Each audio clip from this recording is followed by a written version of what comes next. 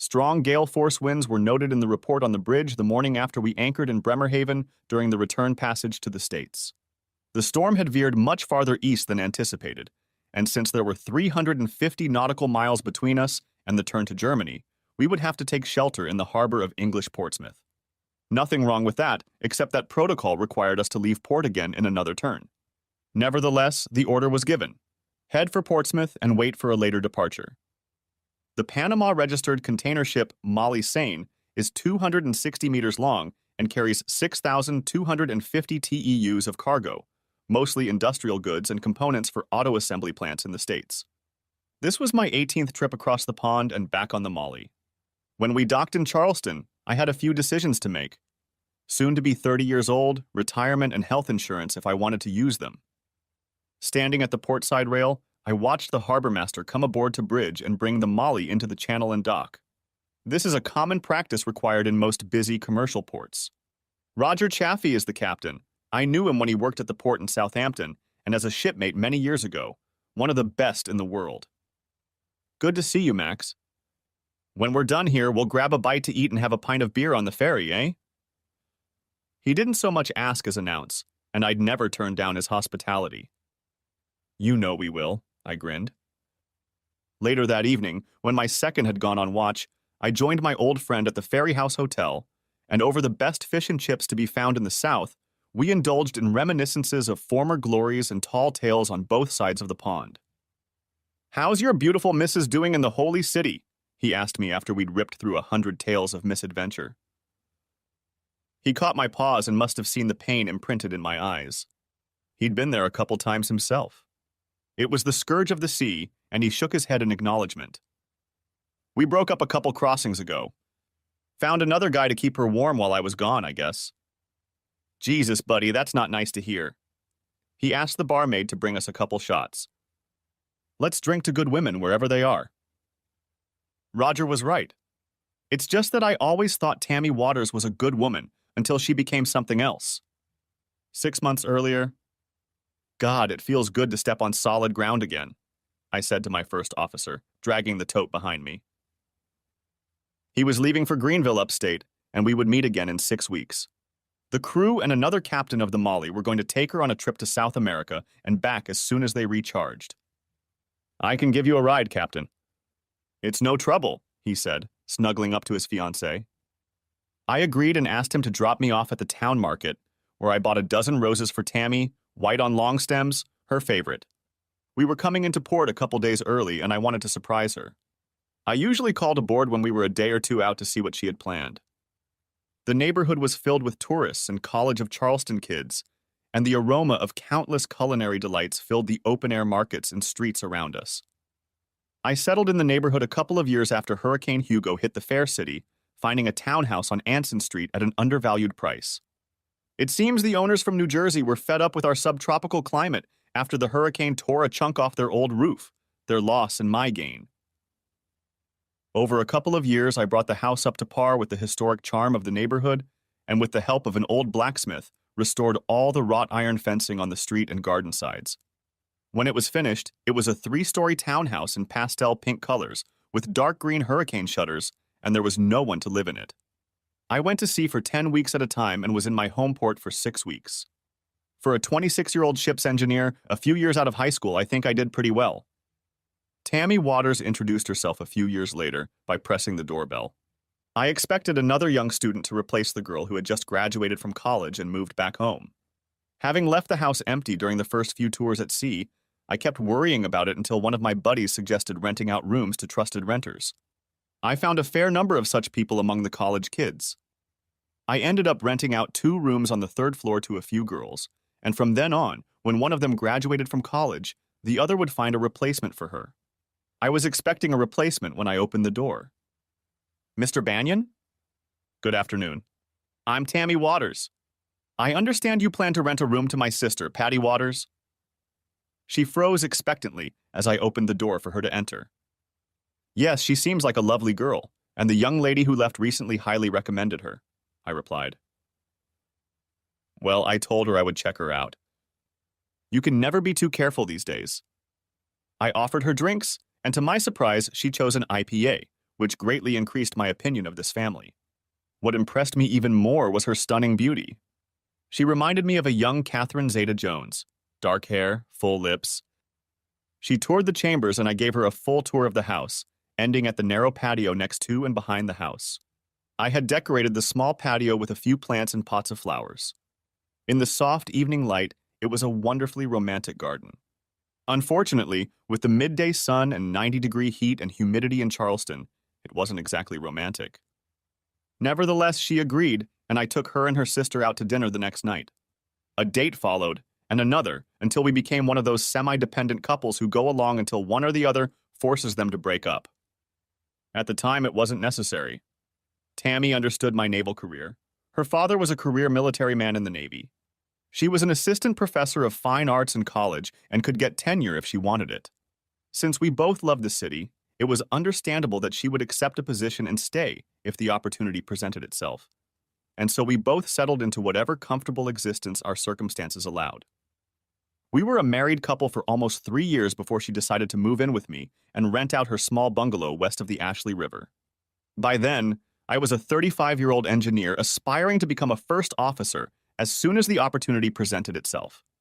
It was strange at first, although by then I had been renting out rooms to mostly college girls for almost a decade and continued to do so even after Tammy moved in. I had no shortage of female company before I met her, though I had always been reticent to socialize with the girls living in the house. Some people thought that was odd. By the time we were married, I was 40 and she was almost 36. There were no children in our future. She couldn't bear a child for medical reasons, though she seemed resigned to it from the moment she found out in her early 20s. Given our chosen lifestyles, this was never a problem for either of us. Now I have to admit that I have had temptations over the years, but I suppose it's not impossible. I have visited over 100 ports over the years, from Charleston to the Orient and even to the far shores of Pecora in bitter Russia. In most ports, there are always women of various persuasions, some of them occupying the lowest ranks, others receiving captain's pay. But with few exceptions, when I was free, I always shunned these pastimes. Tammy had her temptations, with so many men at home and school to play with, while I was lost on the high seas for weeks on end, surfing the waves. We had an understanding. We didn't cheat on each other because we didn't want to. Sure, either of us could have gotten drunk out of our minds, and the other would never have known about it if it hadn't been for a slip-up. But we had to trust each other not to do it. I trusted her, and I know she trusted me. So after several years of marriage and a long life together before, I was walking down Anson Street feeling the well-being of our lives. "Good morning, Mr. Banyan. Did you have a good trip?" Mr. Shields had been my neighbor since I bought the house. His wife had died a few years earlier, and he had turned to his other love, growing orchids in his roof garden. "Yes, sir. Calm seas and good food on that shore." I waved back at him as I rounded the corner of my house. The latch on the iron gate leading into the yard from the side wall had recently broken off and required welding to fix, but it still kept the gate closed. I never enter the house through the front door. It has always been convenient for me to look around the garden before entering the house. Tammy parks at the curb and uses the front door, as do visitors, but my customs are unhistorical. The back door leads to a short hallway that leads to the kitchen and pantry, and then to the front rooms and bathroom. I tossed my jacket on the back of a kitchen chair and found a vase of flowers.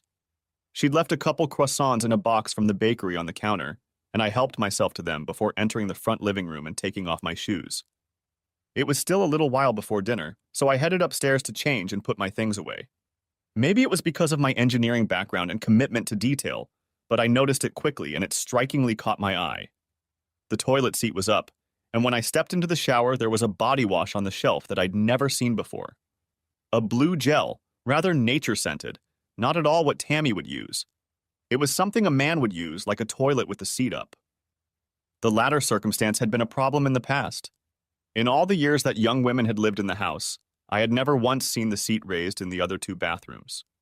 Tammy often chided me for this, but after a few months of living together, she had accustomed me to the needs of the weaker sex. So seeing the seat in our bathroom after I'd been gone for almost 10 weeks was disturbing. I guess it's not as disturbing as catching them in the act.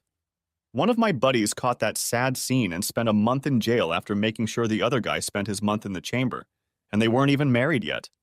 No, That was bad enough, although I kept telling myself there could be a damn good reason why the seat was up, and there was a man's body wash in my tub. I couldn't think of one, but there could be one.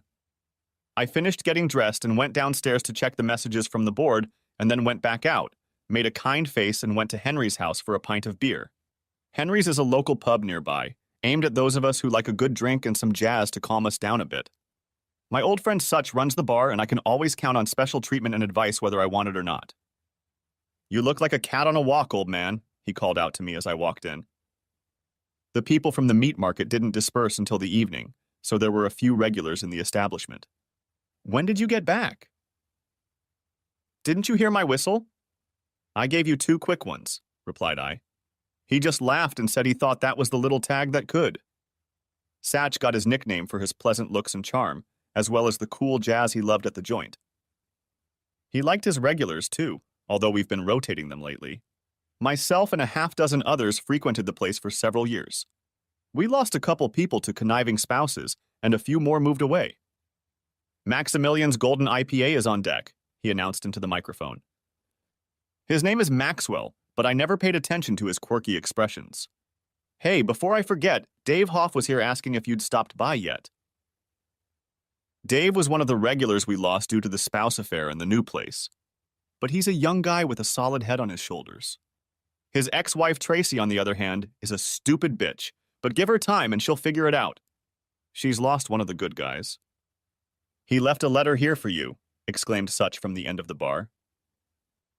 I opened it, savoring the delicious beer, and was surprised to find an invitation to a wedding at Lake Texoma, Oklahoma. My laughter could probably be heard all the way down the street. "He's marrying his damn ex-sister, for crying out loud!" I roared with amusement. The date was set in 4 weeks, and considering I had 6, it all seemed doable. Let's drink to Dave and the crazy shit he's about to get into. I raised a toast to our small group gathered that day. Then I tipped back my pint and gathered my thoughts to head outside. Tammy didn't get home by 8 p.m., and I didn't call her to let her know I was back. Instead, I just sat in a chair by the living room window, looking at the street outside, and in one of those moments I almost wished I had one of those soft-haired house cats. We had 2 of them on our ship, even though it was officially forbidden by regulations. The sidewalk was already starting to darken with dusk when her car pulled up to the curb a couple places later, and I was just finishing my 2nd pint of ale since returning to the house. I had a million questions, twice as many doubts, and no faith in any of the answers, especially as I watched the 2 of them approach the sidewalk. I was pretty damn sure they were both about to head straight for their nest when she turned, hugged the man, and with a kiss sent him into the Audi across the street, the one with the College of Charleston faculty sticker on the windshield. I'd met him before. He was the head of the department where she worked, a swaggering man with the intellect of a scholar and the temperament of a fool, a good dozen years older than me. I almost laughed to myself.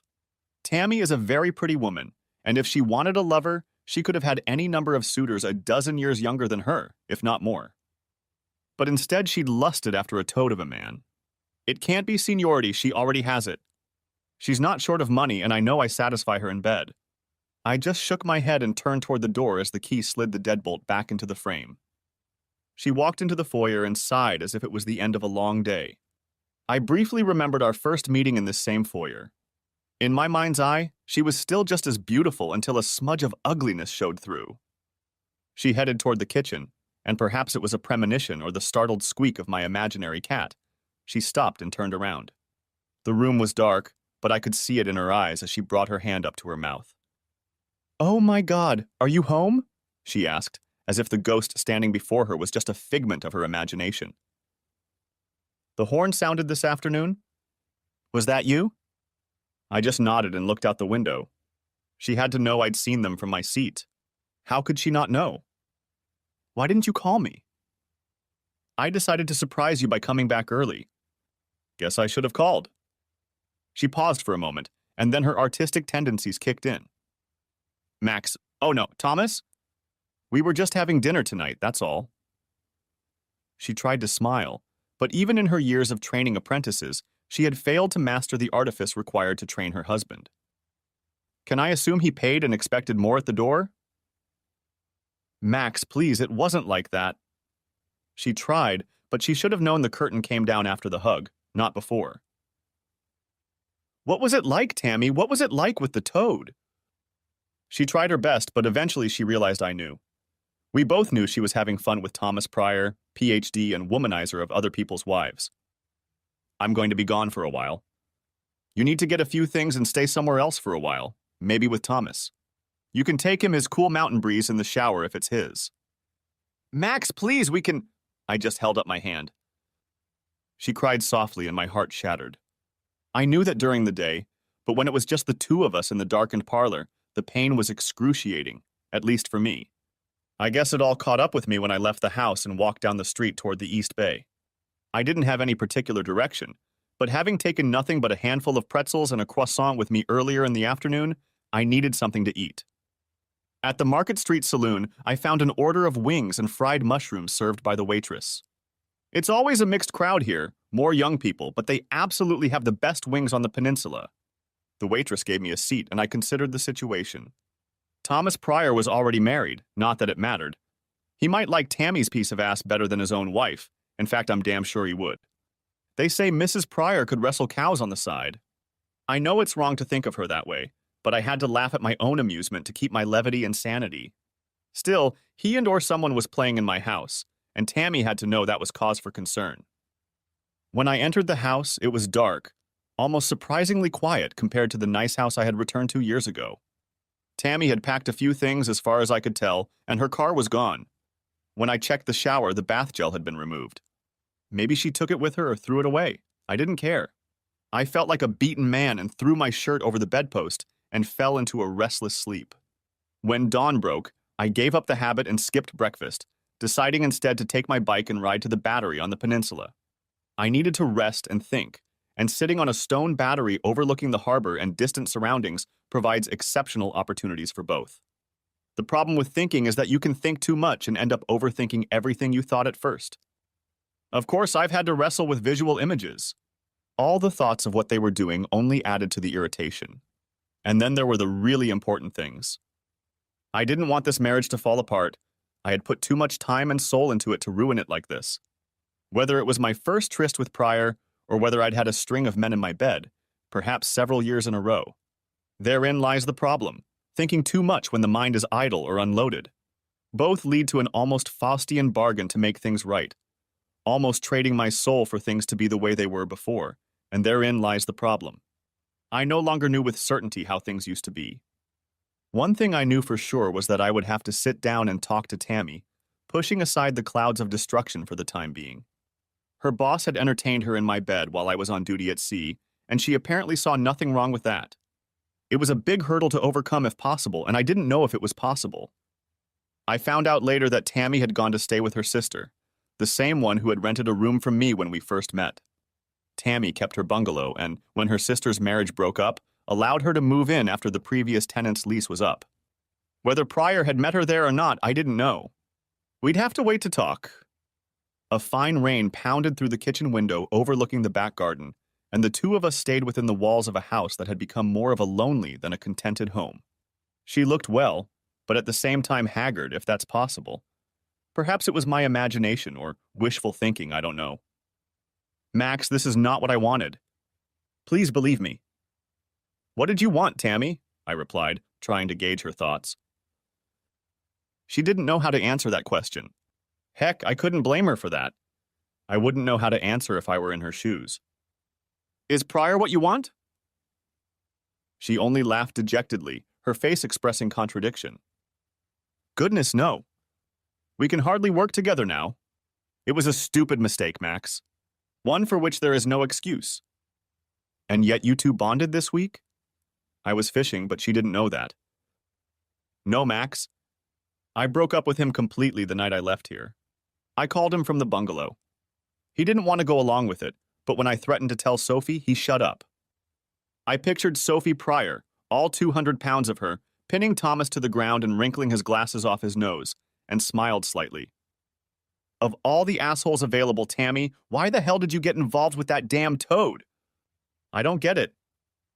I don't know, I really don't, except that he kept pushing me, reminding me how much I owed him for my tenure. He kept supporting me, keeping me company, reminding me how lonely I was. Soon we started having dinner, then drinks. He started taking me to his favorite places. I became comfortable. One night he got me drunk and carried me home. I did it of my own free will, although if I hadn't been drunk that first time, it never would have happened. Nevertheless, it did happen. We did it for about a month until you came back. Here's the million-dollar question, Tammy. You know what it is. People say, how many were there before there was a peg? If I thought she was going to guffaw trying to answer, I was wrong. 3. There were 3 other men before Thomas. I wanted to be surprised, but I wasn't surprised and wondered at the same time. Every one of them was before we were married, Max, before I moved in with you, and you don't know any of them.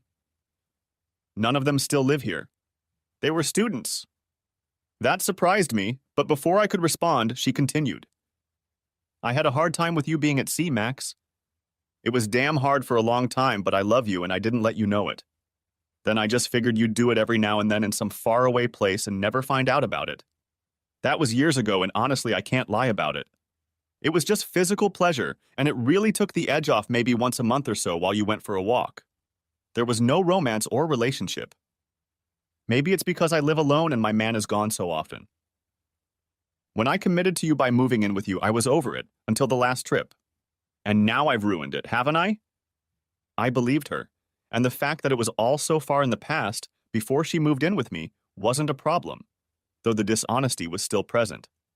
I'd never done that to her. Tammy, I'm concerned about the current situation. Pryor has taken up residence in my goddamn bed, and I need time to get over it if I can. If I can't, well, I don't know. Her tears started, and I held out a tissue to her. After a long pause, she continued. I do know. That's why I'm doing something I really didn't want to do. I'm going to accept a 6-month scholarship to a university in Vancouver. It will allow me to leave Pryor, and I won't have to give up my position and seniority in Charleston. They'll send someone in my place. That was quick. You made that decision before we even talked. I didn't say anything before because I wasn't going to do it. Things have changed now, haven't they? Yes, unfortunately. You know, I'm about to turn 30, and I've had to make some decisions. It complicates things, of course. She didn't say anything, but I could read the painful confession in her words. Oh, and I should have told you sooner. Dave Hoff is getting married again next month, and I plan to attend the wedding. He's marrying Tracy's sister Tora. I didn't see that coming. If you're still here, I can put our problems aside for a while if you're interested. I said it to give her a chance, but it didn't really matter. I wish I knew. I'll be in Vancouver by the end of the month. It's probably better that way anyway, Max. At that, we parted and exchanged a painful hug before she headed back to West Ashley. Dave was an old acquaintance of mine from Henry's house, and I suppose the antics of drinking buddies don't always translate into old family friend status. Besides, maybe she was right. Tammy flew to Vancouver a week after we talked. We had dinner the night before she left, but things remained the same. We had unofficially parted ways to give each of us the space we needed. I didn't make any demands, and she didn't offer any. I think it was the latter point that caused the most concern. We both enjoy an active life when we are together. Would I have been able to live without him for 6 months? Of course I could. But would I want to, knowing that my separated wife was off alone on her new cosmopolitan adventure? I suppose a lot would depend on what decisions we come to in the coming weeks and months. We would either perish as a couple or find some way back. I had flown into DFW the night before and waited until morning to drive to the sentencing site for Dave, as I called him when I talked to an old friend of mine, to congratulate him. It was an easy drive down Highway 75, and crossing the Red River in Oklahoma allowed me to cross another state off my list of states visited or passed. Max, come with me. I want you to meet some good people. Dave smiled broadly with his new bride under his arm, and I followed them to the crowd gathered at the dock. I had already formally met most of them at the wedding. So this is the captain? An interesting young woman asked. Max, this is Winona Gustafson. He introduced me to his new old in-laws and a charming woman named Susan, whom I had already met in Charleston, and surprisingly, his ex-wife Tracy, sister of his new wife, was there with her new beau. I thought it would be awkward, but they apparently made up. Somehow I found myself paired with Winona for the entire evening, even though I realized I was a few years older than her. It didn't matter.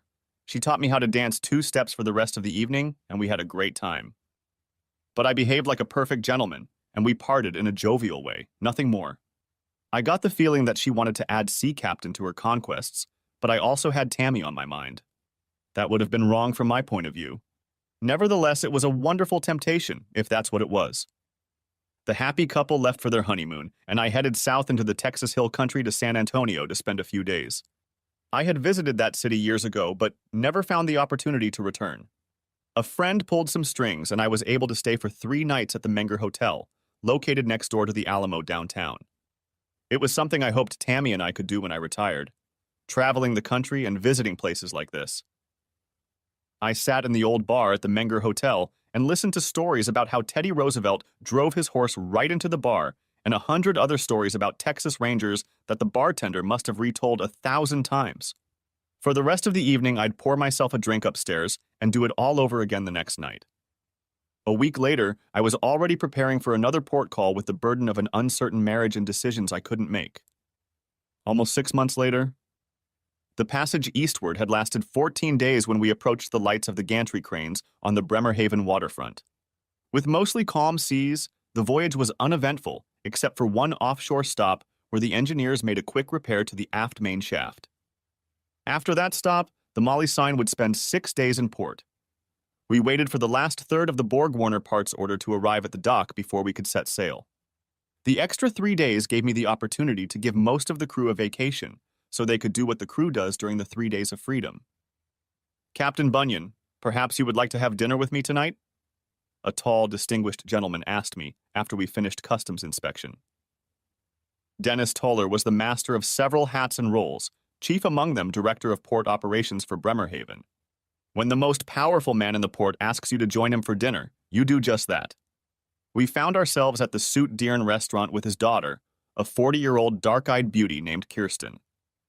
"Max, do you ever take passengers when you make your transitions?" asked Kirsten. "Last summer, I invited a couple of young college students to make the crossing from New York to Southampton. They thought it would be a grand adventure, but I suspect they got pretty bored after the first few days. We don't have elegant cabins or nightly entertainment, unless you consider poker games between crew members entertaining." The gleam in her eyes gave away her adventurous spirit, and I sensed that she would find her own entertainment if necessary. I used to fly regularly to New York with my ex-husband, and I remember looking down, trying to see the ships on the water, and never being able to see them too high, I guess. I've always wanted to take a trip like that just for the adventure. I knew she would cause quite a stir among the crew aboard the ship. "Well, Miss Kirsten, if you ever decide you want to kill 12 days or more crossing the cold Atlantic, let me know and we'll reserve a spot in one of the cabins. I think we have a few boxes taking up space, but let me know and we'll make it cozy." I couldn't keep from giggling. Principal Toller just laughed and warned that I may have extended an invitation to regret. The vessel Molly Sina was fueled, bulkheads securely fastened, when the harbor master let us out of the harbor. 6,250 containers were in the hold and on board when my engineer cranked the propeller and steered us into the North Sea. As we set sail, a winter storm was raging off the northeast coast of the U.S., which was to pass over Iceland, and the Department of the Interior authorized us to proceed. By the time we entered the English Channel off Guernsey, the storm had shifted to the east and was directly in our northern path across the pond. A front had formed over Greenland and was moving southward, making it difficult to predict the storm's eastward shift. The office made the decision for us. We would dock at Portsmouth and put to sea as soon as conditions improved. Roger Chaffee was sitting opposite me when the barmaid brought a fresh batch of ale and a couple of shots of whiskey to the table. I first met him when I was first mate, and he was first officer on a Maersk container ship out of Southampton in 2002. His first wife had left him a couple of years before, and he had become quite the ladies' man. I showed him my ring, and he only grinned. "Geez, buddy, are you sure?" I was sure. The image of Tammy overrode any carnal pleasure I might have gotten from this escapade. But it didn't matter. Roger disappeared up the stairs with both girls, one on each arm, and I didn't see him again until noon the next day. He couldn't wipe the grin off his face all the way to the dock if he needed to. "So she's gone for good?" he asked me. I told him the story of the return trip, my discoveries, and her last 6 months in Vancouver. I may have missed the pain, or most of it, but any discerning person could see it written all over my face. I don't know, Roger. I usually talk to her every week or so for a few minutes. We agreed right away that it would be appropriate, but since I haven't seen her since she left, I really don't know. Do you want her to come back? There it was, the big money question. As we sat around the kitchen table on Anson Street, I would have immediately said yes, of course I want her back. I still do, but at what cost? She had 6 months to go through as many lovers as she wanted, if any. Same with me, though there were none. With her, I didn't know. I didn't think there were any before, and what did I know then? That's a hard question, my friend. You'll have to ask me about it after she gets back to Charleston, if she does. We sat around some more, enjoying the beer and the small company. Several middle-aged women made small talk with us, and I suppose we could have competed for the prize, but the baggage we both carried discouraged that thought. Roger was dating a serious woman, and by now he had pretty much sown his oats and saved his energies for the woman he intended to make his bride. She was a sturdy Englishwoman from the north, beautiful and womanly attractive, and if a navigator can define what love is, to him it was she. As for myself, I had a hand and a vivid imagination, though I must admit that temptations were always present. I just didn't give in to them as long as I thought there was any hope of reconciliation. The next morning, when I replaced the second officer on watch, it was raining heavily on the bridge. The storm had indeed moved further east, and the wind had increased in the channel. By mid-morning, the loaders had shut down the gantry cranes, and almost all work in the dock came to a halt. "We're taking the passenger on fare, sir," the steward informed me after the crew had finished securing the extra ties. "She'll come aboard as soon as the storm subsides and we can set sail." This was unwelcome news, given the timing. I was sure the ship's galley wasn't ready to accommodate a paying passenger, and we'd have to vacate an extra cabin to make room. "Did you say she?" "Where did she come from?" I asked, remembering the conversation at dinner the previous evenings. "Exeter, sir." The steward busied himself with preparing the passenger, and I returned to my duties, watching the storm play out over the next few hours. By early evening, we were put in line to sail, hopefully by early morning. "Our passenger, Miss Seaver, has come aboard, sir, and the first mate has escorted her to her cabin." "Shall I set the captain's table for 9 p.m., sir?" When we have a passenger, whether paid or unpaid, we usually have a meeting shortly after embarkation and before sailing to discuss a few rules and expectations, as well as a safety briefing. A container ship is a dangerous environment, and the safety and well-being of all crew and passengers is paramount. "Yes, please. Set it up on board next to my cabin and have the first and second officers present." As per custom and tradition, I changed into my dress uniform, put on my cap, and turned the latch to enter the wardroom. "Captain Max, what a terrific impression you make." She smiled vigorously at me. "Miss Seaver?" I asked, taken aback by surprise for a moment. "My ex-husband's name is Toller Seaver. I never changed it after my divorce." Kirsten Toller Seaver had clearly managed to charm my two officers before I arrived, as both could barely contain the smiles on their faces. They were given a safety briefing and familiarized with the prohibitions she could impose on herself aboard ship. The following was about my performance as captain of the ship. "So, Kirsten, how did you manage to make this voyage?" "We are a long way from Bremerhaven." "Oh, that's a wonderful story, Max." "I told Daddy that I was serious about making the voyage, and by the time I decided to do it, you had already left port. Then I heard about the storm, and he told me you had to come in here. The only airport I could fly into was Exeter, and here I am. I called him already after I left, so there was no stopping me.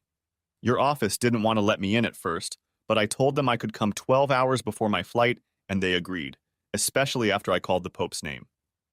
I had to clear my throat with a barely perceptible cough and cast a disapproving glance at my officers, who were clearly amused by Miss Kirsten's familiarity. "I'm sure it's been a difficult journey, ma'am, with the storm and all. I hope our accommodations here will be adequate. If I had known you were coming, I would have—" "Oh no, Max, everything is fine as it is. I wouldn't want it any other way, really." I couldn't object to her smile even if I wanted to, and we continued small talk by the board before bowing out and leaving our guest to return to her quarters. "Captain, I'm sure the crew will be pleased," my first mate stated, grinning full mouth. No doubt they will be pleased, I pondered to myself as I walked up the steps to the bridge. A few hours later, Roger Chaffee led us out of the harbor, and spotting Miss Kirsten on the observation deck, winked in his old man way. Female forms always caught his eye. Next time, old friend. And he headed for the starboard skiff. The crew of the Molly Sina numbered 9, and they were all from Portugal. They had been aboard for the last few crossings, with some of them filling in for each other when one or the other changed ships or moved on to other voyages. While the stories of sailors from distant lands are sometimes true and numerous, most container ship crews are of the same nationality. The familiar language and customs make the voyage much more harmonious in the long run. A couple of long-time Portuguese sailors ruled the crew with an iron hand when needed, which was rarely. Mostly all their irritation was relieved on shore. Besides, working 12 hours a shift and 12 on a day off for 10 weeks left no time for pranks. Nevertheless, when Miss Kirsten was on board, I asked each of my staff to keep an eye on her. Max, it's breathtakingly beautiful here. Is it always like this here? Miss Kirsten asked me a couple of nights into the trip, standing on the observation deck. The only light in the long distance is up there, unless the deck lights are on. It was crescent moon that evening, and the background of a million stars against a black sky all the way to the horizon set the mood for our excursion. A problem requiring my immediate attention was radioed from the bridge, and I withdrew, almost feeling her lustful gaze on the back of my neck, or so it seemed to me. My staff dines in the stateroom, which seats 6 people. Since 2 seats are always taken, we usually dine as a foursome. With our fare-paying passenger, Kirsten got the sideboard next to the captain's seat. This put her under her elbow at every meal and almost always allowed her to be the center of attention. I don't think any of us objected to that. I know my second was fascinated by her as soon as he saw her, so much so that my first officer started teasing him when he thought I couldn't hear, calling him second puppy. It was all within the bounds of shipboard fun, so I didn't say anything. A couple nights later, under the same bright starlight and moonlight, Miss Kirsten and I were on the lookout bridge again, enjoying each other's company and chatting about social life in general. Max, you and your separated wife never had children? She asked, looking out into the Black Sea in front of us. No, we both settled down to a life of adventure, I suppose, mine here and hers in the academic world. Besides, she was out of state, and we didn't think adoption would be fair to the child, given my constant absences and her career aspirations. How about yourself? Is there a young Kirsten among you? She paused briefly and took my hand. Oh yes, I have a daughter. She's all grown up, or at least she thinks she is. She is 20 years old and is at the university in Würzburg. Very independent, she is studying physics and a lot of things I can't get my head around. Her name is Marlene, after her great-grandmother, Daddy's mom. We fell silent as she stood and smiled at the mention of her baby. Max, do you mind? She asked, pulling a small flask out of her jacket. Of course not, I replied. Passengers were allowed to bring anything with them, as long as they had it with them and no frills. I kept a small bottle of cognac in my cabin for special occasions, although it didn't officially exist. She took a small sip and offered it to me, to which I declined. Duty and all that, I reasoned. We finished our evening meeting and I returned to the bridge to finish my report before retiring. I got back to my quarters around 11 p.m. and, after typing up some literature, fell asleep, setting my alarm for 5 a.m. People tell me that the older you get, the less you can sleep at night. This has never been a problem for me. Once I lay down on my pillow, I don't move for 5 or 6 hours unless my alarm clock goes off. It rang at 2:34 a.m. with a piercing screech like the sound of a mortal wound. It wasn't my alarm clock. It was the voice of a person in extreme agony. By the time I jumped to my feet and grabbed my overcoat, the officer of the watch had already rushed past my quarters and on down the narrow passage. There was a commotion outside, and the door to Miss Kirsten's cabin was open. As I approached, a man in pants down to his ankles was lying on the floor, and the duty officer grabbed his shoulder. Jesus Christ, what's going on here? Shouted I in the midst of the confusion. The crewman lying on the floor was bleeding, and Kirsten was standing nearby with a large knitting needle in her hand. I woke up to him getting into my bed and panicked. My needlework bag was on the table next to me, and I just grabbed what I could. She was already crying when the initial shock passed. I put my arm around her and helped her into the cabin. Kirsten, please make yourself comfortable while I sort everything out.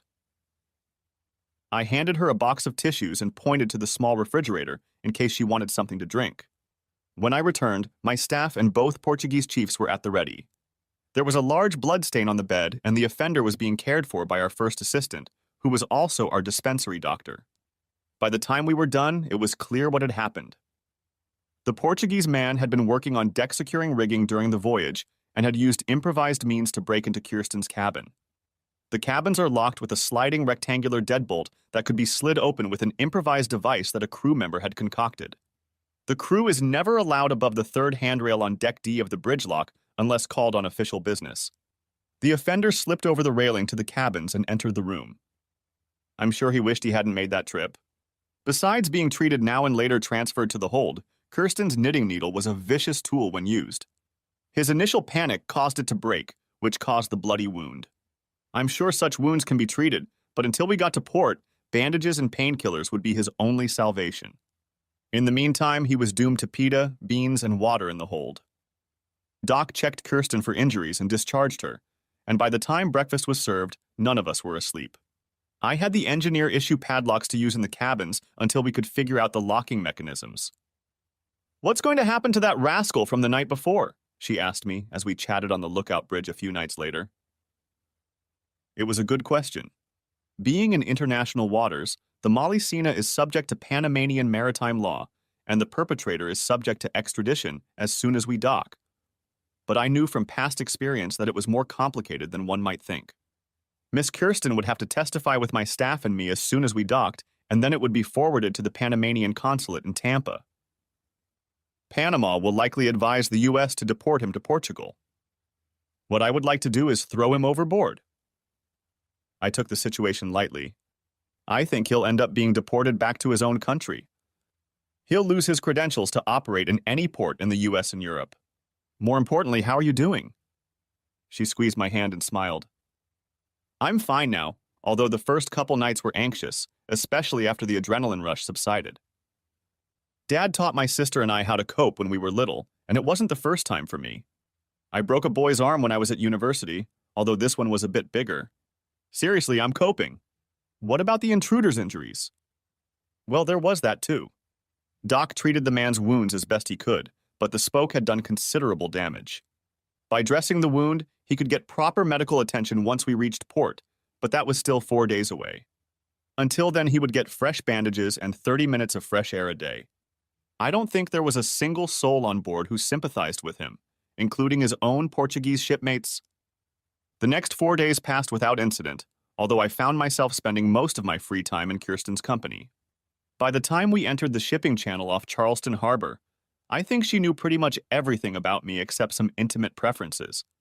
Some things just aren't talked about with a lady. We pulled in behind the battery and the harbor master met us with 2 tugs to take us to the Wando Welch, the terminal on the Mount Pleasant side. 2 shorts and a long whistle as we passed East Bay let Satch know I was ready to give my sea legs. I hadn't called Tammy, so I didn't know if she came back and heard it or not. After going through customs and giving a statement, the health department officials boarded the ship and took custody of the crewmen in the hold, and I handed the helm over to my engineer before setting sail. "Captain, come on, my fiancé and I will drop you off downtown." My first officer had already loaded Kirsten's suitcases onto the cart and headed for his wife's car.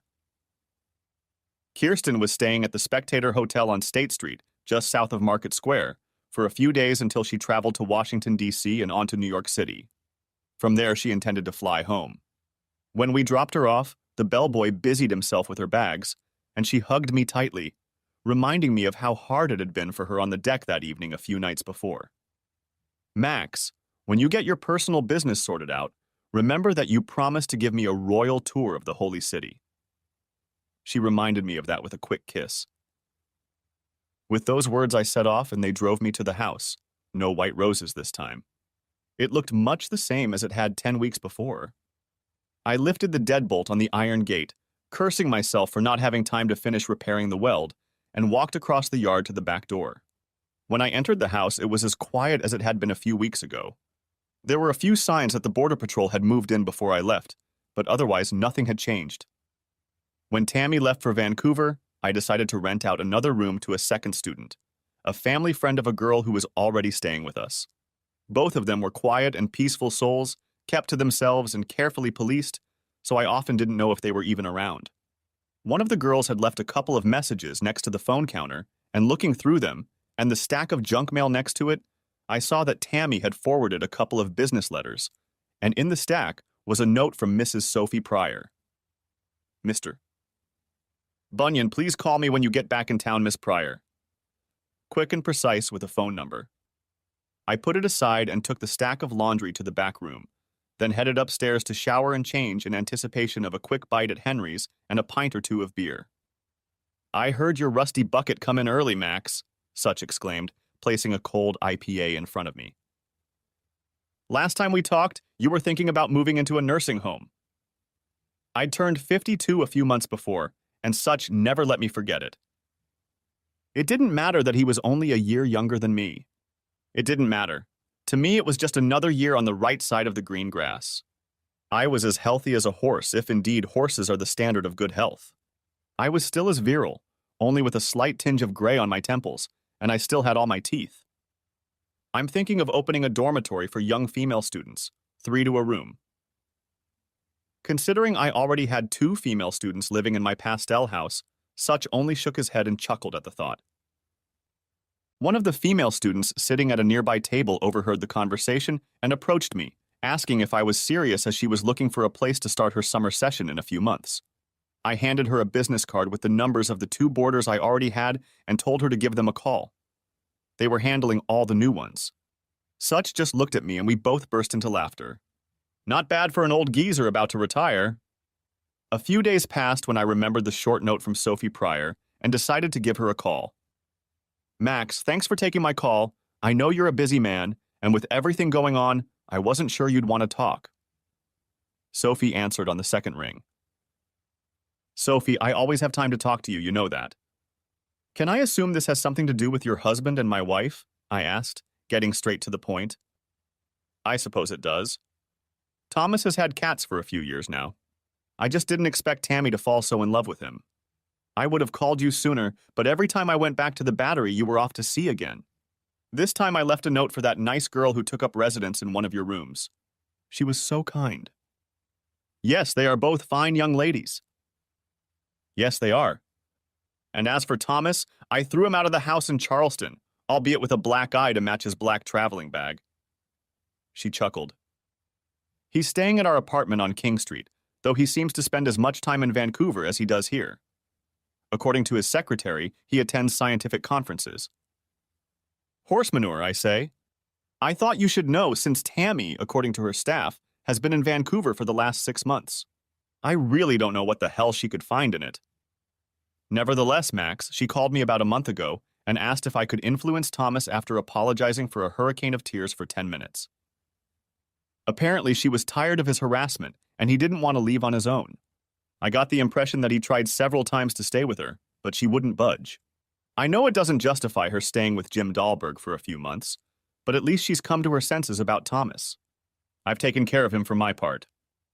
As soon as those words left her lips, my heart sank, and I chased myself away for not noticing it sooner. Jim Dahlberg is a visiting professor of humanities from Kingston University in Ontario with long-standing ties to Vancouver. We've had dinner with him several times over the past couple years, even invited him to visit. Perhaps it was the long, pregnant pause that had Sophie worried. Max, you didn't know about Jim? No, Sophie, it was news to me. Oh my God, I thought it had all come to light since Tammy left for Vancouver. Do you know how long this has been going on? Max, I really don't know. You know, people talk and stuff. I've heard rumors as far back as last year. All I know is that it was still going on when she called me, or at least she was living in the same apartment. I checked with the university for contact information for both her and Jim, and it's the same. Sophie, thank you for telling me about this. Seriously, it's very important to me with everything else that's going on. I promised Sophie to stay in touch and ended the conversation. Sophie, you're a sly old bird for throwing her under the bus like that, muttered I to myself. In addition to the revelations about Tammy and Dahlberg, I also learned that Thomas Pryor was essentially a kept man, since he didn't own any of the assets he and Sophie shared, and had no claim to her wealth or property since she had inherited most of it before they were married. The two of them lived on Battery Row, the most prestigious address in the city. She also owned an apartment in King Street, and she told me that she had decided to move his things out and change the locks in his absence. Poor Toad. 6 months of separation just got the seal of approval, and while I should have been seething at this revelation, I took it surprisingly calmly. Sure, I was mad as hell at the deception, but it no longer seemed odd. It made sense from an adulterer's point of view, since Jim Dahlberg was an easy mark for any serious suitor. Thomas was just a damn toad. There was no other way to call it, and I still couldn't understand it. There had to be more to this story. In any case, I looked at the ring on my finger, and without thinking long enough, I took it off and put it in the candy dish on the mantel. "Well, hello, my sea captain," she said when I answered. I hadn't thought of Kirsten since my buddy and I dropped her off at the Spectator upon arrival in port. "Good day to you too, Miss Kirsten." "Max, how are things with your family since your return?" "Pretty much the same, I must say. I'm living alone again," I replied, not bothering to tell her any further. She paused for a moment and then turned to me. "I need a companion for dinner tonight, Max. I hope you'll be nice and spend the evening with me. I made a reservation for 2 at the Oak Restaurant. It came highly recommended to me, and then we could take a walk down the street since it's such a lovely evening. It's much nicer here than in snowy Bremerhaven." She hooked on tightly and pulled me along with her. "You can pick me up in the lobby downstairs at 7 o'clock this evening." I don't know if I agreed, but when we finished talking, I found myself in the upstairs closet looking for a tweed jacket I really liked and headed for the shower. If I was thinking about Tammy, her thoughts were clouded by distance and visions of Jim Dahlberg. I know I wasn't thinking exactly as I probably should have, but the elixir, if it didn't work, was certainly intoxicating enough for dinner and a walk. I got ready and headed down Anson Street with a half-sit. At 5 to 7, I was sitting at the Spectator bar, sipping bourbon from a tumbler, waiting for Miss Toller-Seaver. When I looked up, she was standing there. "Jesus," I whispered, trying not to breathe. She only smiled and greeted me with a European hug. "Miss Kirsten, you look stunning as always." "Captain Bunyan, you are a man of fine words. What woman would tire of being called stunning?" After finishing her bourbon, Kirsten threw a shawl over her shoulders, and we caught a pedicab out front for the ride to Broad Street and the Oak. We arrived, and the maitre d' escorted us to our reserved seats in a cozy alcove on the 2nd floor. "And the missus?" she asked over dessert. I hadn't said anything about my discovery a couple days before, but we were comfortable enough with each other that I could tell it was probably the proverbial nail in the coffin lid as far as her current living arrangements were concerned. "There's no hope of reconciliation?" she asked with impassioned seriousness. "I don't see how that's even possible." It was as if a spark had been lit in her eyes. "Is that why you don't wear the ring?" I'd completely forgotten about it, but she was right. It was over between Tammy and me. "Let me tuck in and we'll take a walk around town," I suggested. We walked out onto Broad Street. Kirsten took off her heeled shoes and pulled on a pair of canvas walkers before taking my hand in hers, and we walked through the maze of antique stores and galleries. It was a cool, early March evening, comfortable enough for her coat and my tweed. An hour or so later, I caught another pedicab, and the two of us headed to Henry's house for another drink. And frankly, I felt like showing off in front of such with Kirsten on my arm for a little rubdown. "You know my usual dude and white wine for my escort," I said with a chuckle to him at the bar. It was a weeknight, so the meat market vendors weren't as numerous as they were on the weekend. It's nice to see Max finally realize he needs a chaperone. He smiled, muttering, "Tammy?" looking at me spitefully. I only shook my head slightly. Kirsten smiled and squeezed my hand tighter, which amused Such even more. She was like honey to the bees. A handful of regulars came up to her at one point to inspect the merchandise. It wasn't nice of me to lead her into Henry's, but at that point, I didn't care. We were having a good time, and that was my comfort zone. Each of us might have had a little too much to drink, and inhibitions fell to the level of a basement sale as the two adults continued to gaze lovingly into each other's eyes. "My apartment?" I asked. "Yes, please come along," she hastily replied. The house was quiet as I turned the deadbolt, and we entered the living room. The two students lived on the 3rd floor, and I rarely saw them in the evenings, which was probably a good thing since I hadn't mentioned them to Kirsten. We jumped on the bed, yes, we got down to it, and thanks to the alcohol in the late hour, we both soon fell asleep without a care in the world. When I first stirred, it was close to noon and Kirsten was already up. I didn't hear her when I went to take a shower, and when I returned to the bedroom, she was gone. I threw on a robe and t-shirt and headed downstairs to the kitchen. "Good morning, Captain Max," Kirsten cheered as she sat at the table with my two students on top of her. Both had ingratiating grins on their faces as they buttered their muffins. The girls and I were just enjoying a nice chat after they kindly picked up my things this morning. She nodded toward her clothes on the empty chair. "That was very nice of them," I said, trying to suppress a smile as I poured a fresh cup of coffee. The two girls departed with a giggle, and Kirsten put on a contrived arrogance. "Well, I just forgot to tell you that I took down the board on the top floor of the house."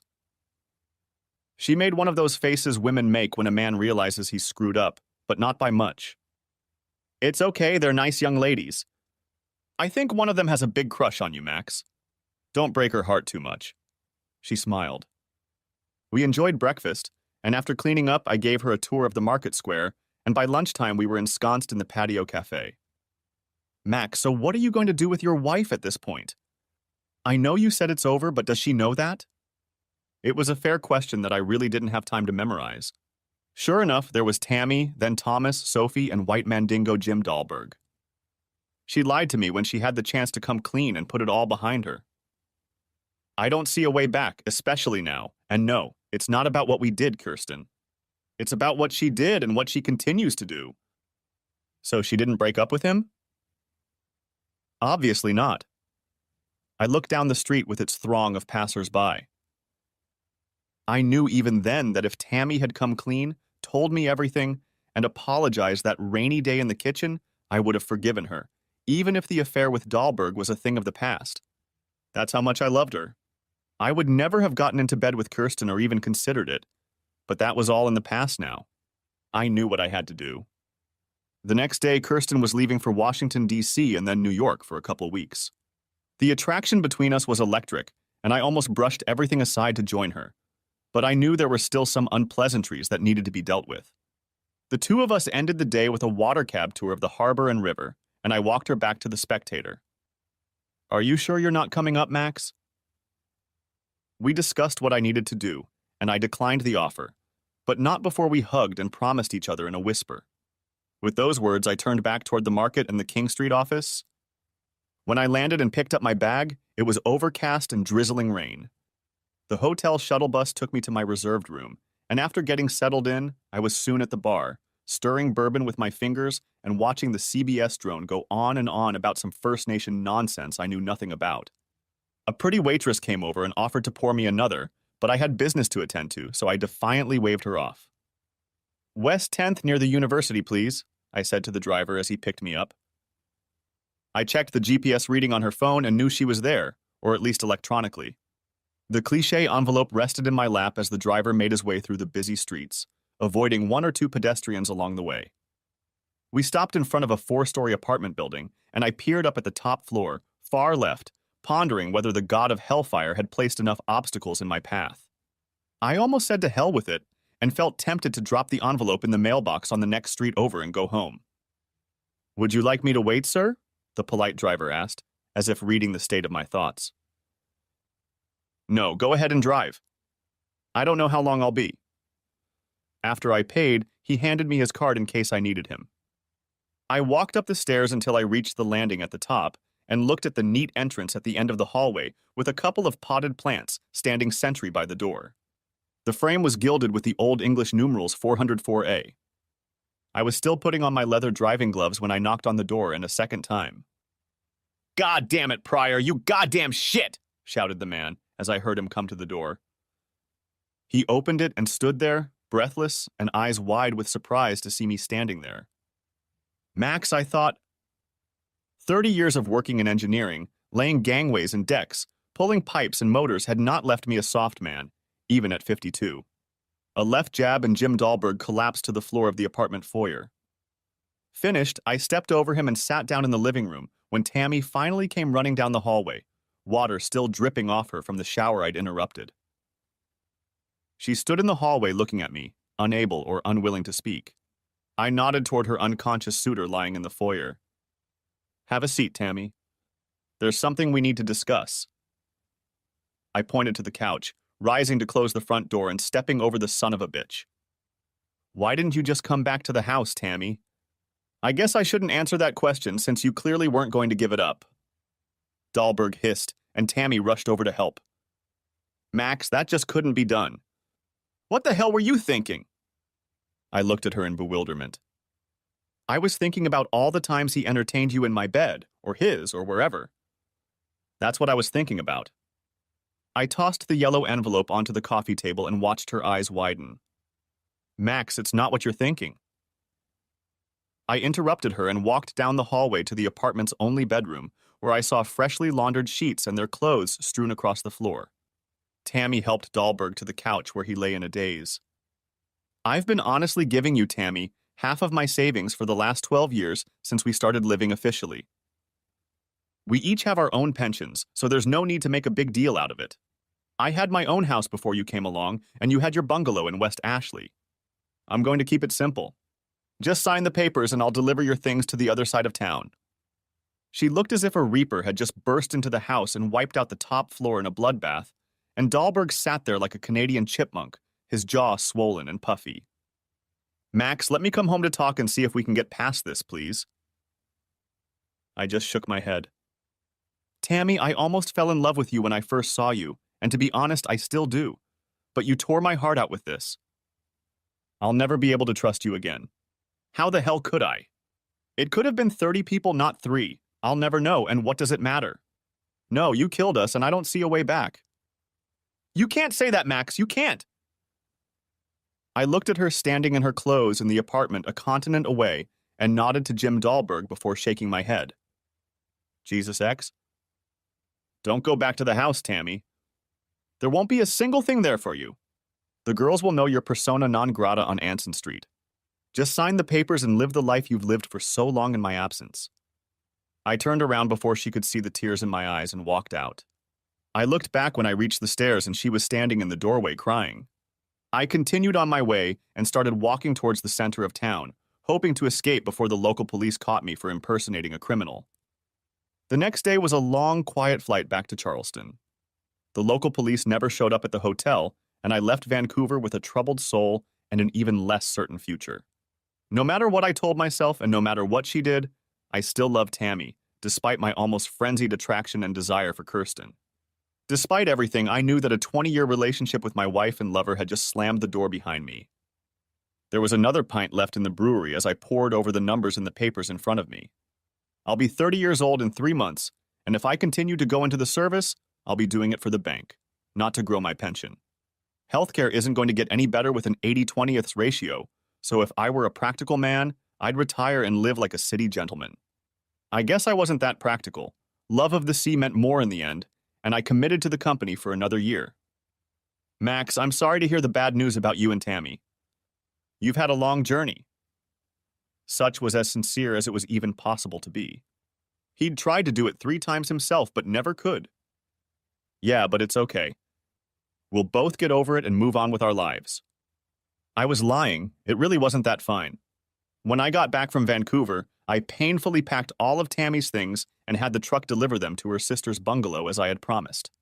Sea captains don't cry, so the instructions said. I was stoic and determined right up to the point where I had to unload her crates and pack the contents, and then I stopped. These stupid bastards who imagine that burning a bitch is a great purification of the soul have never loved a woman the way they do now. They talk about getting their pound of flesh, but none of them have ever stood on the ashes of what they created. I stood in an empty room and cried like a damn baby 6 feet 2 inches and 200 pounds of empty shell. Then I went to Henry's and got drunk. That drunkenness brought me out of the hangover and I began to put my foot down again, and it was still 2 weeks before the new shipment. The Molly Sane was on the move again and 3 days away from Charleston, and I lay in my bunk and looked over the ship's news and personal mail. Kirsten sent me periodic emails asking how I was feeling. We discussed the confrontation at length over the phone one night when she was in New York. It's not easy going from one woman to another. In fact, I'd say it's impossible. In our case, there was a magnetism between Kirsten and me that neither of us could explain, and she realized that my heart was still in the clutches of another woman, and either by design or oversight was bypassing us. This only made me more attached to her. As the weeks passed and still no word from Tammy about the signing of the papers, and after a short passage from Rotterdam, we took berth at Bremerhaven for 3 days of unloading and loading. Finding myself safe, I gave the crew 24 hours liberty, and putting on a duty watch, went ashore to do some searching of my own. The cab stopped in front of a 3-story stuccoed mansion on Helgolanderstrasse, and as I drove off, I looked up at the house. A fleeting face lingered briefly at the curtain, and when I pressed the bell, the door swung wide open before I released my finger. "Max, I've been waiting," she whispered, and jumped into my arms, nuzzling her face into my throat. At that moment, I had no words. I just savored the lust and desire I felt for her. Her lips pressed against mine, and our embrace remained in the foyer with the door to the street open. "Come in, please," her throaty voice rang out, full of desire. Somehow, we made our way into the living room. She led me into the kitchen, poured a couple shots of cognac, and we toasted to my long-awaited arrival. Once seated, I looked around her house. It was cozily furnished with European antiques and had an air of old conservative comfort. On the mantel hung family photos, one of her daughter, strikingly beautiful, and another of Dennis Toller with his late wife and mother, Kirsten. Dad lives with me and has occupied the 3rd floor since Mom died 4 years ago. My sister Lydia lives on the 2nd floor when she's in town, but that's less and less often now that she's found a new beau. She smiled somewhat tokenistically. And of course, Marlene and I. We sat for a while before heading out to dinner, and the more I admired her, the more I felt like a young man who had just discovered the true love of his life. If I were a very young man, I would have believed it. But as someone who had lived a life beyond troubled feelings, I knew the complexities as well as Kirsten. Max, when my ex-husband left me, it took me a long time to sign the papers, almost 2 years, and he was very patient, even though he had another woman in New York on his hands who wanted to marry him. To spite him, I slept with 3 men and 1 woman, mostly out of revenge, though I secretly hoped he would come back to me. He never did, so Lydia convinced me to sign. And then he wanted to come back. By then, I didn't want to break up with him anymore. "He was a fool," I said seriously. "Yeah, and so was your wife since she left you the way she did." Her divorce was a completely different matter than my own. They had both let their marriage fall apart until they were each in the arms of strangers, and the accusations were common knowledge. Had I known of the danger, I would have acted quickly to prevent it in Tammy's case, but in this matter, hindsight is as valuable as ignorance. It didn't matter whether Tammy signed or not. Eventually, the court would rule, and of course I had convinced myself that I would never rush into a new relationship. The slowly rotating ceiling fan above us continued to move as we lay there, lost in speech for a moment, though not for long. "Max, where did you say you studied engineering?" "In Castine, I think." "In New England?" "Yes, at the Maine Maritime Academy in Castine, Maine, a lovely place on the coast of Maine. I'll show it to you on a map when we get a chance." "I'd like to do more than that. I want to see Maine. Dad says it's a lot like Norway, but with a rockier and wilder coast. It sounds like a wonderful place. Maybe you could take me there someday?" I nodded and smiled, both outwardly and inwardly. I couldn't imagine a better time than spending a vacation with this woman in a cottage in downstate Maine. When I was a young man, I had always dreamed of returning to Castine or even Vinyl Haven Island. It was a romantic idea, but not always practical, so over the years I kept putting it off to the back of my mind. I have many fond memories of this place. It's lovely in the summer, though it can get a bit gloomy in the winter months. Maybe on one of my days off we can go there. There was a gleam in her eyes again. In the morning, Kirsten made me an old-fashioned German breakfast. Well, old-fashioned for my taste. It was open-face easy of eggs and ham on pumpernickel with black coffee and a muffin. "Dennis isn't here?" I asked, noticing his absence. "Oh no, he's in Hamburg for a conference." I felt some relief knowing he wasn't here. She only grinned as if she had read my mind. "Where are you going next?" she asked. "Unfortunately, I have to go through Suez." "Dad says the captains hate it, most of them." He's right. We could sit in Port Said for a very long time if we get on the wrong side of it. The good thing is that I'll finish my rotation in Bremerhaven in 5 weeks. That will give me a 6-week break in my rotation at the very beginning of the summer. I imagined the wheels turning in her head, but right now I needed to finish my work and get back to the ship. We had a long goodbye and she drove me to the river dock, where I changed to watch officer. I watched 4 men board the Mollicena at the starboard lock, each with a black duffel bag and a gray stocking cap on his head. They kept mostly to themselves, securing their rigging in the forward hold and simply observing the situation on deck. They were PMSC riggers, private maritime security company mercenaries who had been hired by several shipping companies to work in the Indian Ocean because of Islamic pirates operating off the Gulf of Aden in the Mozambique Channel and even off the coast of Madagascar near Saint Denis on Reunion. We were carrying cargo destined for Athens, South Africa, and Argentina, or I would have avoided the route through the Horn of Africa at almost any cost. Captain Port Said has authorized us direct entry into the channel once we pass Zakros, reported my first mate. This was good news. It meant that most of the trade flow was behind us and we would be allowed into the canal without any waiting. As we passed Port Said, the riggers became much more active, taking up watch posts as we moved south. It wasn't just Indian Ocean pirates that were a concern. Radical Islamists on both coasts were a constant thorn in the side, although the Egyptian army kept control of most of the territory. We entered the Red Sea without incident and continued south, approaching the Somali coast, at which point the bridge watch alerted our riggers. On the port side, a small trawler was launching a pair of outboard boats with crews of 5 or 6 men on each, maybe more if you went down the bow.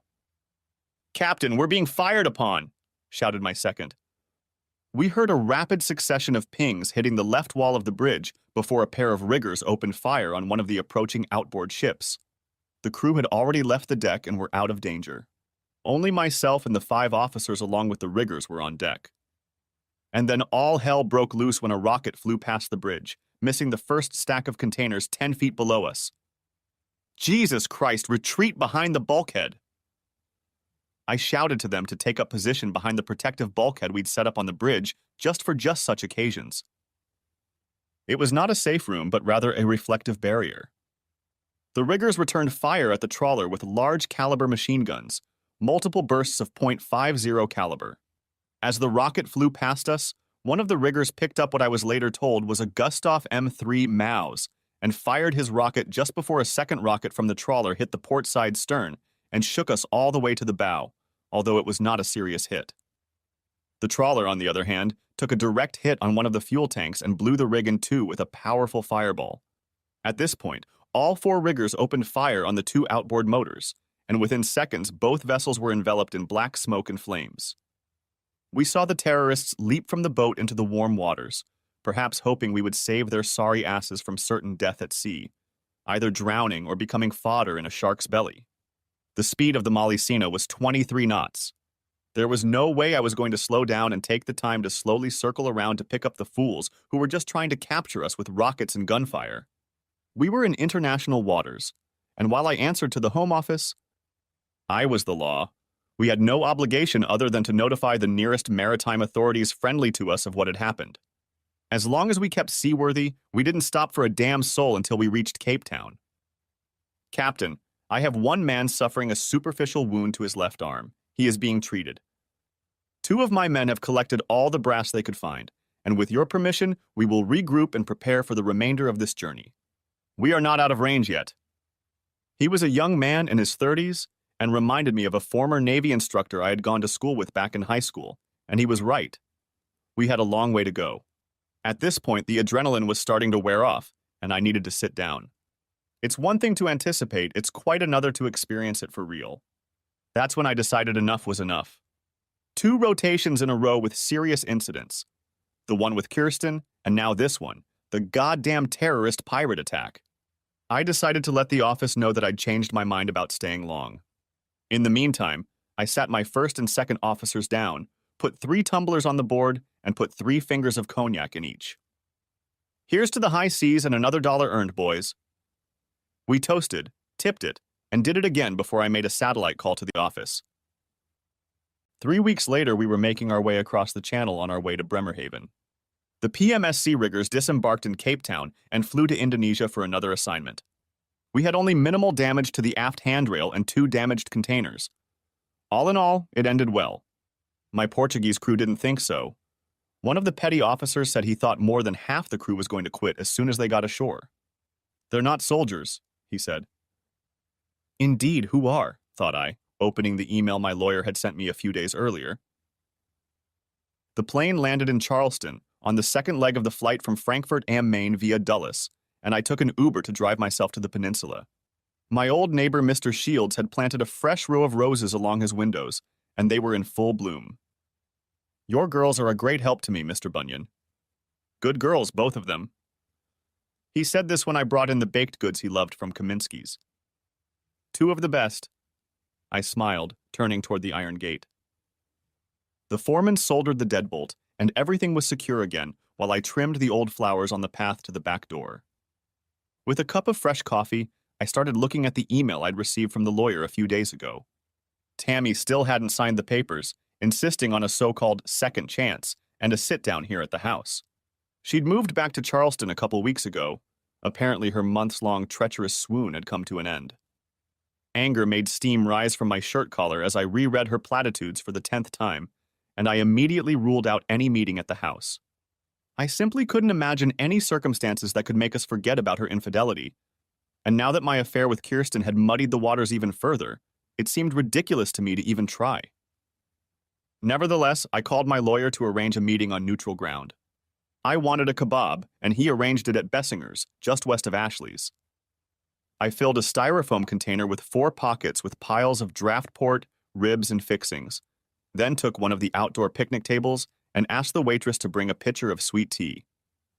The meeting might have been unpleasant, but I was going to eat like a Southern king. A few minutes later, Tammy joined me with a much smaller portion. I had to give it to her. Tammy, this is your meeting, I muttered, holding the gravy bun in my mouth. She didn't waste any time. I want to go home, Max. I want to go home and try to get back what I foolishly and recklessly threw away. I know it won't be easy for me, but I'm asking you to give me that chance. She didn't realize it, but that meant she wanted to go back to that rainy day on Anson Street and redo everything. I wasn't okay with that. I reached for the plastic bottle of spicy Carolina sauce and spread it on my fork. Remember the Christmas party last year? The one where Jim Dahlberg held mistletoe over the head of any woman he could get near, including you? That asshole knew where the bathroom was on the second floor. Hell, he knew where everything was, didn't he? I took a bite out of my pulled pork sandwich and savored the flavor for a while, waiting for her response. I know it sounds frivolous, but she'd already broken my heart and I'd shed all the tears I was going to shed. I had other things I wanted to know. I want to know about that damn toad, Thomas Pryor. At this point, Tammy was on the verge of tears, but she pressed her lips together. Thomas blackmailed me, she said in a quiet tone. He caught Jim and I together one afternoon and threatened to go to you. He videotaped us on his phone. Jesus, Max, I didn't want any of this. Things were getting out of control, and then there's Thomas. I didn't think, and when Jim told me to get away from it all to Vancouver, I thought that was the end of it. I didn't know Jim would show up. I was weak around him. He has that effect on women. I don't know what it is. I know what it is, Tammy. It's a cheating wife, a wife who's been cheating on me for a year and a half.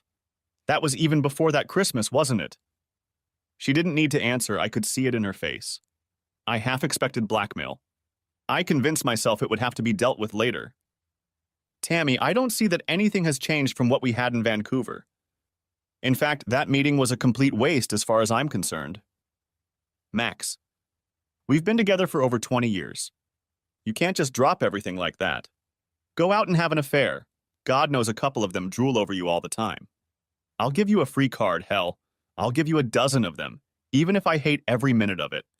But we can't give it all up. She was already crying, but she still didn't understand. I'd given her a pass on Anson Street if she'd just come clean and get it over with. Instead, she cuckolded me for another 6 months. That was the term I showered her with. She knew what it meant to her ego. Cuckolded with her damn stud. Having fun with him right in her own bed. Jesus Christ. She didn't deny anything, just sat there crying, realizing the futility of it all. Tell me, Tammy, why did you start a relationship with him in the first place? You know the old saying, curiosity killed the cat.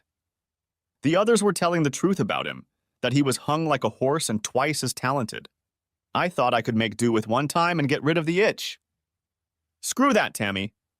I could have found 100 desirable women over the years, kept one in each port, but I didn't. I had no way of knowing how many there had been or how many there would be down the road. The old saying that absence makes the heart grow merrier seemed to be nonsense in this case. We looked at each other, realizing that this was the end, and I had no appetite anymore, only sadness after 20 years. Maybe she was hoping I'd be around again when she sorted out the desires in her head. Maybe she had already sorted it out, but I couldn't trust her. I couldn't share any of my plans with her other than just knowing that I wouldn't be around her anymore, and that was where we parted ways. She didn't know about Kirsten, and I didn't see the need to tell her. What I did to Kirsten happened after I took the ring off, knowing it was over. Maximilian's Gold IPA is on deck, he announced into the microphone. Satch walked up to him. Did the fat lady sing her song? I nodded and sipped a thin layer of foam. Not only did the fat lady sing, but she brought the curtain down. Tammy signed the papers, and we settled up so that the final judgment would take effect in a few months. Dahlberg left for Toronto.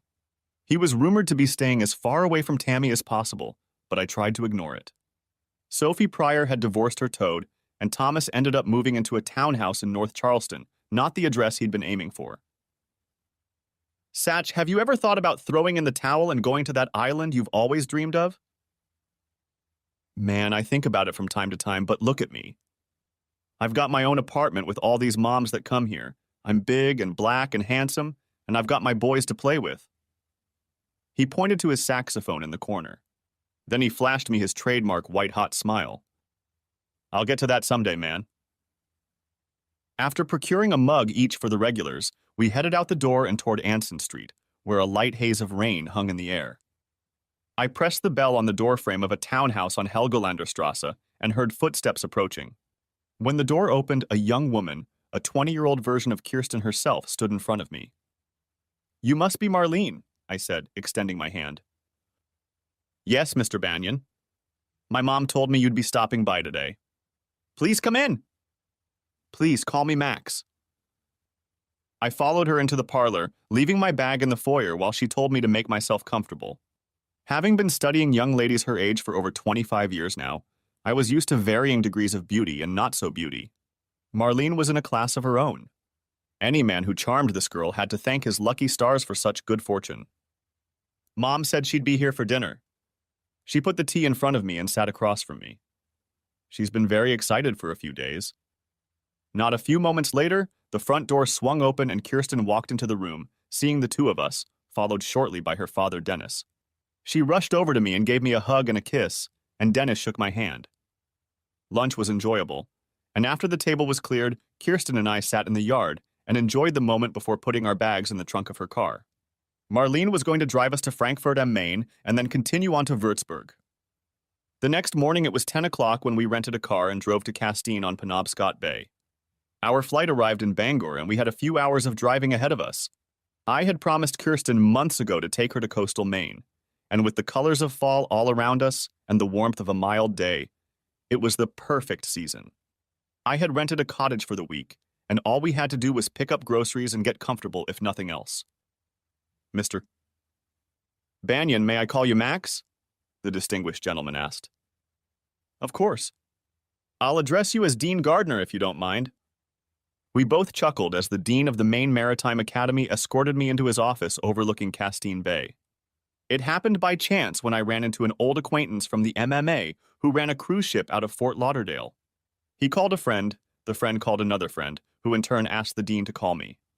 This was to negotiate the final terms of a contract to teach engineering as an adjunct professor at the academy. We came to an agreement, and a short time later I was racing toward a rented cottage near Dice Head Lighthouse. You got it, didn't you?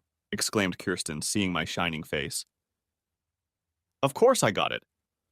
You didn't doubt it, did you? I replied, picking her up in my arms and carrying her to the soft bed. The next day we had a decision to make, where we wanted to live and for how long. I still had Anson Street, she had a place in her family home in Bremerhaven, and I now had a part-time job here in Castine. We were sitting on the shore of Dice Head looking across the bay at Islesboro when Kirsten asked, "Why not there?" Well, the ferry takes you across the bay, not here. I'd have to take the ferry to Lincolnville and then drive over an hour to get to Castine. I'd have to have my own boat to get here. You're the captain, Max. It's pretty simple, isn't it? She looked at me with one of those expressions women make when they can't believe how stupid we men are about some things. Later that evening, I searched the internet for used boats and found a couple of perfect choices, one in particular. It was a former lobster fishing boat that had been converted into a small pleasure craft for an elderly couple on Vinyl Haven. It had a rebuilt Cummins diesel engine with only 200 hours on it. A couple days later, after becoming $20,000 poorer, she was mine. Kirsten found a house. It was a white planked cottage overlooking Castine and within walking distance of the marina, where I could get a parking space at a reasonable price. The house wasn't cheap, but it had a garden and a tavern a mile or so south. I put down a deposit and the owner let me rent it until we closed. We became official residents of Islesboro. I was assigned a 6-week pipe fitting class for freshmen, as well as supervisory duties on the work being done on the TS State of Maine, an MMA training vessel docked in the harbor. I had to finish the job before Thanksgiving and the holidays, so Kirsten and I made plans to go to Charleston before flying to Germany. As we walked from the market, Anson Street was full of sightseers and students crowding the stores and establishments. Such had recommended his girlfriend to handle the property affairs of the house in my absence, and the girls in the house were quite reliable. I turned the key in the lock and entered the house. It was as if I'd never left. I made sure to let the girls know that they could use the downstairs as they saw fit, as long as they kept an eye out, and they did. It had been a long day of traveling, so after ordering Chinese takeout and drinking a bottle of wine, we headed out for the night after making slow, gentle love in bed. When we got up, only one of the girls was in the house. The other 3 had gone home for the vacations, so we invited her to celebrate Thanksgiving at Caroline's, a fancy restaurant in the East Bay neighborhood, along with Such and a couple of other old jerks. Everyone had a great time, and after inviting everyone to her house, Such and I were lounging on the front steps, enjoying a good cigar and a bottle of top-shelf bourbon. Man, you know I was on my guard working for you. Did you know that your ex-missus gave the college hell, accused her boss of harassment, and then several other faculty members came forward with accusations against him? It was in the papers. I think he's in deep shit, and people are saying he's either going to resign or get fired. That damn toad, Pryor! I laughed, feeling the pleasant taste of bourbon on my lips. Yeah, but things aren't going well for your old missus either, you know. She's been on a bender for months now, ever since you two broke up. She came to my place a week ago, got drunk, asked about you, and left a couple hours later with some horn player. That was her problem, Such. She likes weirdness too much. Hell, I'm surprised she didn't offer it to you too. He looked at me a little weird, and then I realized what was up. She did offer it, didn't she? Jesus Christ, I laughed. Did you do that to her? No, man, you and I have known each other too long for shit like that. I mean, she's good and all, and if she was someone else's bitch, I'd take her down on day one, but she's heavy baggage, and as long as you're alive, she's still your wife, even if you get divorced. What about that beautiful woman you're with now? Are Kirsten and you going to get married or what? Maybe it was the bourbon or the wistful thoughts hovering in the air in puffs of cigar smoke. I would marry Kirsten if we were both in a position to get married, but so far, neither of us was going to go down that path. We were both divorced adults who loved what we were doing and life was great. Why mess it up? Such, I don't know. Maybe someday it will happen, but for now I'm playing life here in Maine and even in Europe. It's going well, the way it's going. We'll see. It's been a long time since I've traveled to the bungalow on the Ashley River marshes. I think the last time Tammy had wanted to make repairs before her sister moved there after the breakup of her marriage. Now the sisters live together. After ringing the doorbell, I waited a few minutes before Patty appeared from the side of the house with a toddler in her arms. This was something new. Hey, Max. If you're looking for Tammy, she's not here. That's okay, I was hoping to have a little talk with you. Hey, I don't want to get involved in what happened between you two. I interrupted her gently. That's not the point. She's your sister, and I have some concerns from what I've heard. Patty looked away, biting her lip. I've heard she's not doing well, and I'd like to help if I can. She invited me through to the patio and offered me some sweet tea. She knows you have a new girlfriend, Max, and I think that's what triggered it. I don't know what to do.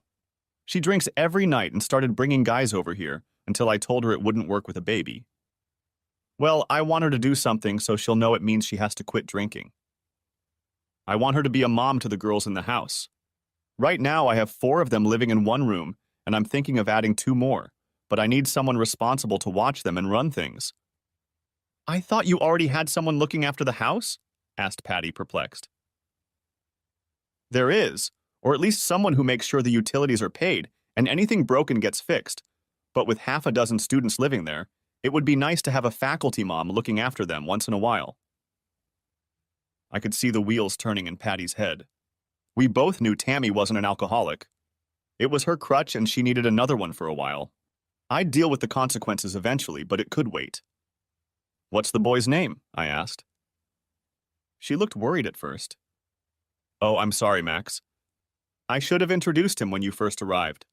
It's Charlie. Long story, but I won't bore you. She tried to laugh, but she failed. I could only wonder.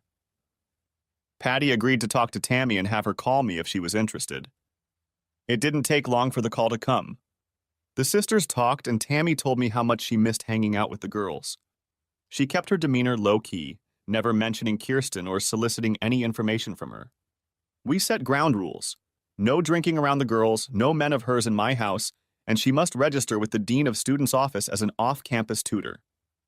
It was that last point that grabbed her attention. If she screwed up, she jeopardized her tenure. She had to control her behavior and actions. Whether or not she viewed this as an opportunity to gain a foothold in my life didn't matter at that moment. She was not going to settle into the house, and her contact would be 2 or 3 times a week at most. Besides, I'd be in Maine with Kirsten anyway. You know you'll have to deal with her again someday, don't you? Asked Kirsten in bed with me one night before our flight. Maybe we'll see. The sky overhead was bright blue, the morning sun was nearing midday, and we were bobbing on the ocean waves. A little girl was trying to open a pot on the deck after I had lifted it out of the water a few minutes ago, but she was so insistent about it that I sat back and watched her efforts. She made a grimace and pulled her gloves up to her elbows as the hatch opened and she climbed in. I'm sure the dark green crayfish with the huge claws had other plans, but she pulled it out and tossed it into the white plastic pail at her feet to join the 4 others we had collected earlier.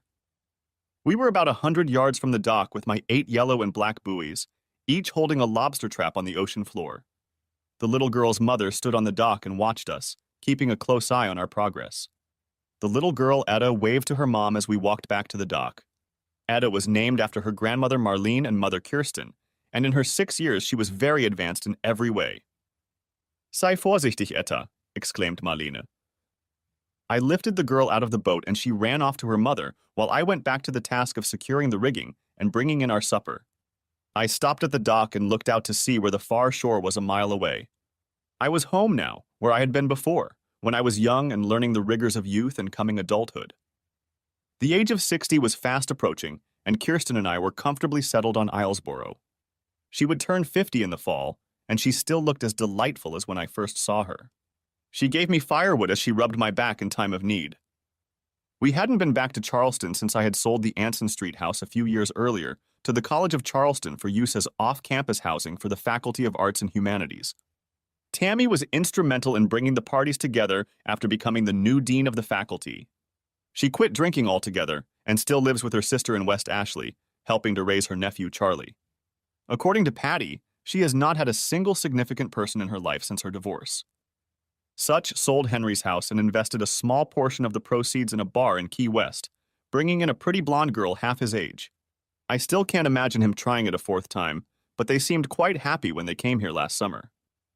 It was a mild summer evening as Kirsten and I walked down our rustic island street to stop at a tavern for an ale. At the north end, we came across the community church and meeting hall. We both stood for a while looking it over. Do you think it'll fit? Well, it doesn't have a steeple, but it's white. And we continued our walk toward the tavern. Thanks for watching. I hope you enjoyed it, so subscribe to my channel and watch the next video.